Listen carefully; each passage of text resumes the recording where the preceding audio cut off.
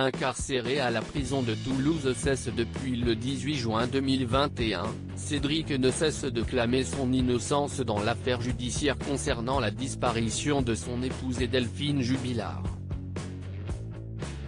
Considéré comme le suspect numéro 1 et mis en examen pour homicide sur conjoint, le peintre plaquiste de 34 ans a parfois semblé insensible voire même indifférent à la disparition de sa femme, n'hésitant pas à blaguer auprès de sa sœur qu'il avait commis le crime parfait.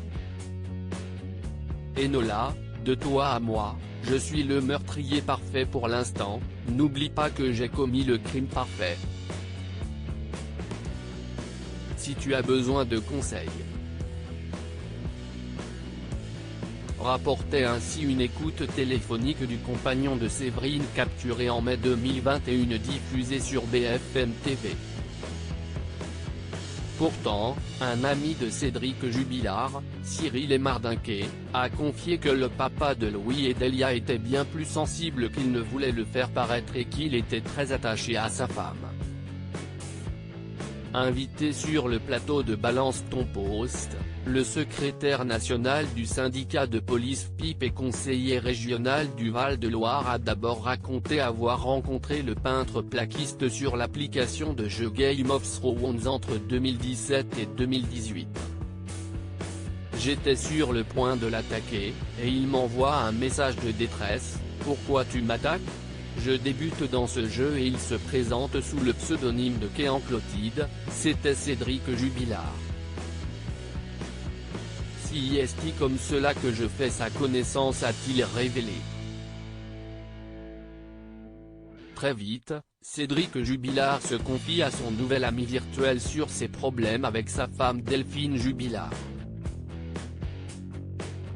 Il évoquait son addiction au jeu et ses problèmes de couple.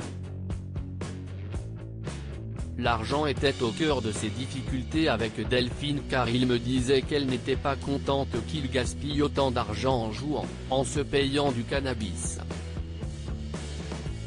Indique Cyril Emardinquet. Au fil des échanges, les deux hommes lient une relation d'amitié forte et se rencontrent fin 2018 lors d'une rencontre de gamers. Cédric, si est-il un esprit malicieux, mais je le crois sincère. Il ne pouvait pas vivre sans son épouse. Sans elle, il était perdu. Après la disparition de sa femme, j'ai reçu un dernier message de lui, le 1er mai 2021, un mois et demi avant son interpellation, « Salut vieux frère, merci pour tout. » Je lui avais réédité mon soutien en lui disant qu'il pouvait compter sur moi dans cette épreuve.